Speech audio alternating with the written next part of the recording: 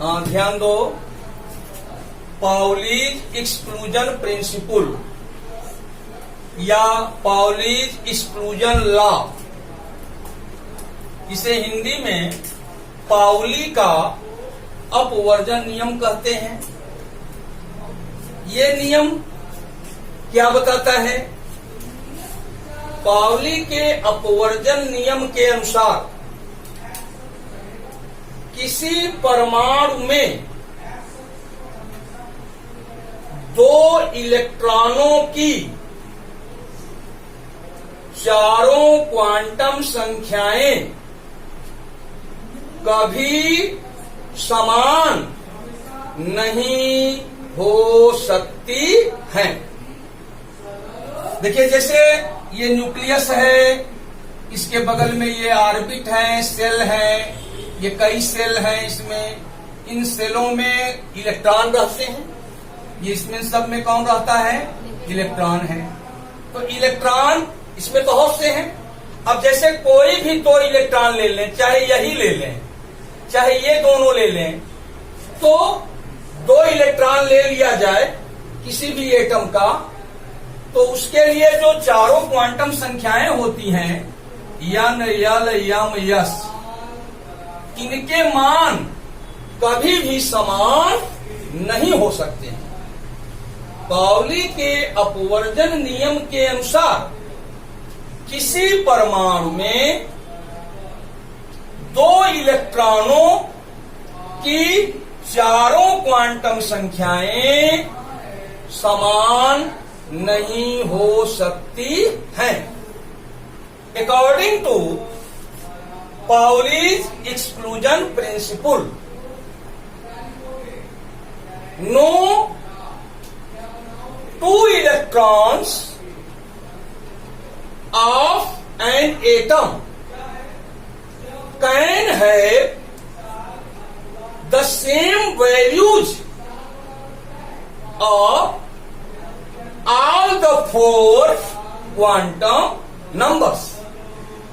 According to Pauli's exclusion principle, no two electrons of an atom can have the same values of all the four quantum numbers. तो अभी मैंने बताया कि जो Pauli का अपवर्जन नियम कहता है कि यदि हम किसी भी परमाणु के अंदर कोई दो इलेक्ट्रॉन ले लें, कोई दो, तो उसके लिए यदि हम चारों क्वांटम नंबर लिखें तो वो समान नहीं होंगे।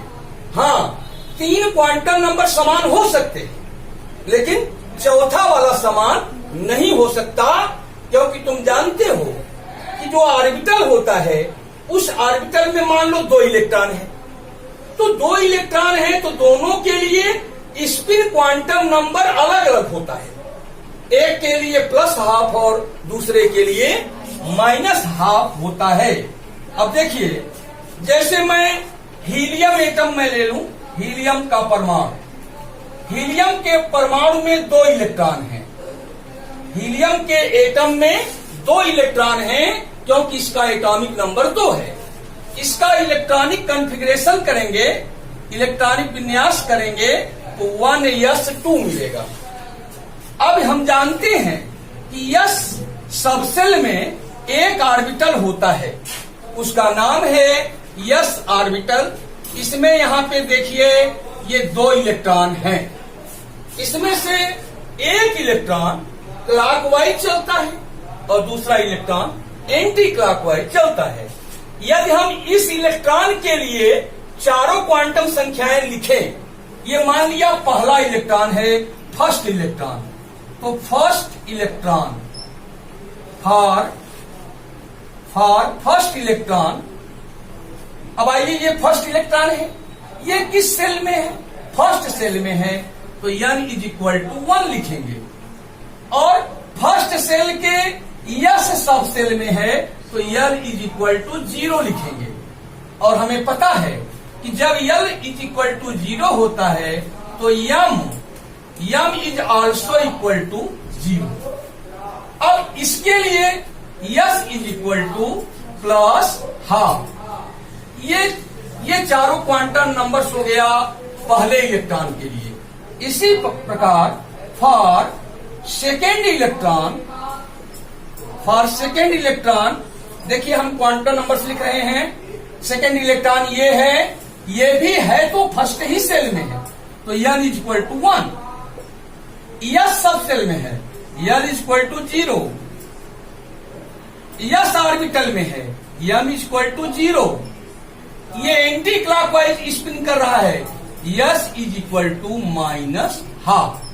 अब जरा ध्यान से देखें, इन दोनों इलेक्ट्रॉनों के लिए n के मान सेम है, l के मान सेम है, m के मान सेम है, लेकिन s के मान डिफरेंट है, अलग अलग हैं। तो हम कहेंगे कि चारों क्वांटम नंबर्स दो इलेक्ट्रॉनों के लिए कभी भी समान नहीं हो सकता है। यही पाउलीज एक्सक्लूजन प्रिंसिपल कहता है। ये इसमें अपवर्जन शब्द का मतलब हुआ। अपवर्जन का मतलब होता है रोकना, वर्जित करना, प्रोहिबिशन। मतलब ये अपवर्जन शब्द इसलिए लगा है कि इस ऑर्बिटल में दो से अधिक इलेक्ट्रॉन नहीं हो सकते हैं, तीसरा इलेक्ट्रॉन इसमें नहीं रह सकता है। तीसरे इलेक्ट्रॉन के रहने की कोई इजाजत नहीं है, इसीलिए इसमें एक्सक्लूजन शब्द आया हुआ है। पाउली के अपवर्जन नियम के बहुत से उपयोग हैं। जैसे हम इस नियम द्वारा ये पता लगा सकते हैं कि किस सेल में, किस कोश में अधिक से अधिक कितने इलेक्ट्रॉन रह सकते हैं। किस कोश में, किस सेल में अधिक से अधिक कितने इलेक्ट्रॉन रह सकते हैं। जैसा कि तुम लोग जानते हो कि जो के सेल होता है, के सेल का मतलब हुआ फर्स्ट सेल। के सेल का मतलब हुआ फर्स्ट सेल। तुम जानते हो जैसे ये न्यूक्लियस है, ये हो गया फर्स्ट सेल, ये हो गया सेकेंड सेल, ये हो गया थर्ड सेल, ये हो गया फोर्थ सेल। इसी प्रकार आगे इस फर्स्ट सेल को के सेल कहते हैं, सेकेंड को यल, थर्ड को यम, फोर्थ को यन, इसी प्रकार आगे। तो पाउली के अपवर्जन नियम से हम ये निकाल सकते हैं कि के सेल में यानी इस सेल में अधिक से अधिक कितने इलेक्ट्रॉन रह सकते हैं। तो इसको जब अभी निकालेंगे तो इसमें हम पाएंगे कि 2 इलेक्ट्रॉन रह सकते हैं, इससे अधिक नहीं रह सकते, 2। और ये जो यल सेल है, यल सेल में देखा गया है, यल सेल माने सेकेंड सेल, इसमें अधिक से अधिक 8 इलेक्ट्रॉन रह सकते हैं। यम सेल में यानी थर्ड सेल में अधिक से अधिक 18 इलेक्ट्रॉन रह सकते हैं। यन सेल में यानी फोर्थ सेल में अधिक से अधिक 32 इलेक्ट्रॉन रह सकते हैं। ये रह सकते हैं, ये कैपेसिटी बता रहा है। उसको हम निकाल सकते हैं पाउलीज एक्सक्लूजन प्रिंसिपल से।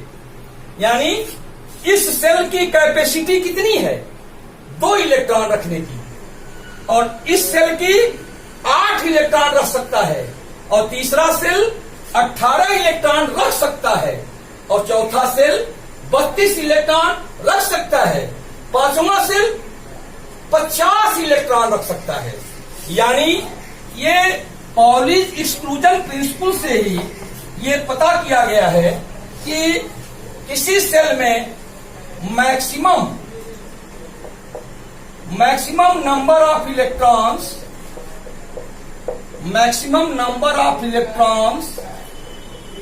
in a cell is equal to 2n squared. Maximum number of electrons in a cell is equal to 2n squared. जैसे for first cell, for K cell n is equal to 1. जब हम यहां 1 रखेंगे तो आएगा यहां 2 आ जाएगा। For second shell n equal to 2, तो 2 गुने 2 का स्क्वायर, 2 दूनी 4 दूनी 8। For third shell n equal to 3, 2 गुने 3 का स्क्वायर, 3 त्रिका 9 दूनी 18। For fourth shell n equal to 4, 2 गुने 4 का स्क्वायर, 4 का स्क्वायर 16 दूनी 32। For fifth shell n equal to 5, 2 गुणे 5 का स्क्वायर, 5 पचे 25 दूनी 50। इसी प्रकार आगे। तो पाउलीज के एक्सक्लूजन प्रिंसिपल का ही एक कंक्लूजन निकाला गया कि किसी भी कोष में इलेक्ट्रॉनों की अधिकतम संख्या कितनी हो सकती है, 2n स्क्वायर।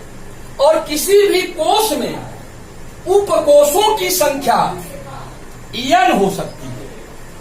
किसी भी कोष में, किसी भी सेल में उपकोषों की संख्या number of subshell small n होती है। और किसी भी सेल में number of orbitals n square होता है। किसी भी सेल में ऑर्बिटलों की संख्या n स्क्वायर होता है, जहां n प्रिंसिपल क्वांटम नंबर है, मुख्य क्वांटम संख्या है। पाउलीज एक्सक्लूजन प्रिंसिपल से यह भी पता चलता है कि एक ऑर्बिटल में अधिक से अधिक 2 इलेक्ट्रॉन ही रह सकते हैं, और ये दोनों इलेक्ट्रॉन विपरीत दिशाओं में, अपोजिट डायरेक्शन में चक्रण करते हैं, स्पिन करते हैं। अब देखिए, जैसे अभी हमको ये पता लगाना हो कि ये जो के सेल है, इसमें के सेल में अधिक से अधिक कितने इलेक्ट्रॉन रह सकते हैं। तो देखिए हम कैसे निकाल रहे हैं पाउली के एक्सक्लूजन प्रिंसिपल के माध्यम से। फॉर के सेल, ध्यान दीजिएगा, के सेल का मतलब फर्स्ट सेल, के सेल का मतलब फर्स्ट सेल, और फर्स्ट सेल है तो n इक्वल टू 1 होगा, n इक्वल टू 1 ही होगा फर्स्ट सेल के लिए। और हम जानते हैं फर्स्ट सेल में एक सबसेल होता है, फर्स्ट सेल में एक सबसेल होता है, उसका नाम है यस सबसेल। और हमें यह पता है कि यस सबसेल के लिए यल बराबर 0 होता है। यहां लिखेंगे यल बराबर 0। और हमें यह भी पता है कि यस सबसेल में केवल एक ऑर्बिटल होता है, और जब यल बराबर 0 होता है तो यम बराबर 0 होता है। फिर इसके बाद हमें यह पता है कि एक ऑर्बिटल में अधिक से अधिक 2 इलेक्ट्रॉन रह सकते हैं। तो जो पहला इलेक्ट्रॉन होता है, फर्स्ट इलेक्ट्रॉन जो क्लॉकवाइज स्पिन करता है, उसके लिए यस बराबर +½ होता है। इसी प्रकार अब जैसे ये के सेल है, इसके लिए n बराबर 1 दूसरा इलेक्ट्रॉन के लिए लिख रहे हैं, n बराबर 1, l बराबर 0, m बराबर 0, और यस का मान क्या हो जाएगा, -½ अब ये दोनों मिल करके क्या बनेंगे, फर्स्ट सेल। तो फर्स्ट सेल में मैक्सिमम कितने इलेक्ट्रॉन हो सकते हैं, 2 इलेक्ट्रॉन। और फर्स्ट सेल में केवल यस सबसेल होता है, फर्स्ट सेल में केवल यस सबसेल होता है, और फर्स्ट सेल यानी के सेल में इलेक्ट्रॉन की अधिकतम संख्या 2। इसी प्रकार अब जैसे हम ले लें यल सेल, फॉर यल सेल, हम जानते हैं यल सेल माने ये वाला सेकेंड सेल। तो सेकेंड सेल है तो n बराबर क्या लिखेंगे, 2 लिखेंगे। और हमें यह पता है कि जब n बराबर 2 होता है तो यल के 2 मान होते हैं, 0 और 1। तो इसके बाद तो हम यल बराबर 0 ले लिए। अब यल बराबर 0 ले लिए तो m बराबर 0 होगा, और यस बराबर +½ होगा। इसके बाद फिर दूसरे इलेक्ट्रॉन के लिए, क्योंकि इसमें इस ऑर्बिटल में, यस ऑर्बिटल में 2 इलेक्ट्रॉन होंगे, दूसरे के लिए ये -½ होंगे। फिर इसके बाद क्या लिखेंगे, n बराबर 2, l बराबर 1, ये 0 लिए थे, दूसरा मान 1। जब l बराबर 1 तो m के मान 3 मान होंगे, m के कई मान होंगे 3, -1, 0, +1। तो देखिए ध्यान से, अब यहां पे m बराबर यदि -1 ले लें, m बराबर -1, तो यस के 2 मान होंगे, यस बराबर +½ यस बराबर -½ ये 2 हो गए। फिर आगे देखिए, जब हम m बराबर 0 ले लेंगे तो यस के 2 मान होंगे, यस बराबर +½ यस बराबर -½ फिर देखिए, जब m बराबर 1+1 ले लेंगे तो यस के 2 मान, ये चूंकि ये मान तो सेम रहेंगे, तो यस के 2 मान, यस बराबर +½ और यस बराबर -½ तो ये पूरा मिल करके ये 6 इलेक्ट्रॉन होंगे। देखिए 1 2 3 4 5 6, ये बनाएगा p सब सेल। तो 2 इलेक्ट्रॉन यस सब सेल में है और 6 इलेक्ट्रॉन p सब सेल में है, इन दोनों को जोड़ दें तो total number of electrons 8 in second shell. दूसरे सेल में इलेक्ट्रॉनों की अधिकतम संख्या कई होगी, 8 होगी। एक बार फिर से ध्यान दें, जैसा कि मैंने बताया था एटॉमिक स्ट्रक्चर में कि, और या क्वांटम नंबर में मैंने बताया था कि जब n बराबर 2 होता है तो l के 2 मान होते हैं। जब n बराबर 2 होता है तो l के 2 मान होते हैं, 0 और 1। तो देखिए, जब l बराबर 0 तो m बराबर 0, तो यस के 2 मान होंगे कि नहीं होंगे, +½ और -½ फिर देखिए, जब l बराबर 1 तो m के मान होते हैं -l से +l तक, यानी m के 3 मान होंगे। तो जब m बराबर -1 तो यस के 2 मान होंगे, जब m बराबर 0 तो यस के 2 मान होंगे, जब m बराबर +1 तो यस के 2 मान होंगे। तो इस प्रकार 2 2 4 2 6 इलेक्ट्रॉन हमारे किस सब सेल में है, p सब सेल में है, और 2 इलेक्ट्रॉन यस सब सेल में है। सेकेंड सेल में 2 सब सेल है, यस सब सेल और p सब सेल। इसमें अधिक से अधिक 2 इलेक्ट्रॉन, इसमें अधिक से अधिक 6 इलेक्ट्रॉन, टोटल करेंगे 6 2 8 इलेक्ट्रॉन हो सकते हैं। ये मैं किस नियम से निकाल दिया, पाउली के अपवर्जन नियम से। इसी सेल के लिए निकाल सकते हैं, जैसे l के बाद m सेल, तो m के लिए क्या करना होगा, n बराबर 3, तो l के कई मान होंगे, 3 0 1 2, तो l बराबर 0 के लिए निकालेंगे पहले, फिर l बराबर 1 के लिए निकालेंगे, फिर l बराबर 2 के लिए निकालेंगे, तो टोटल 18 इलेक्ट्रॉन आएंगे।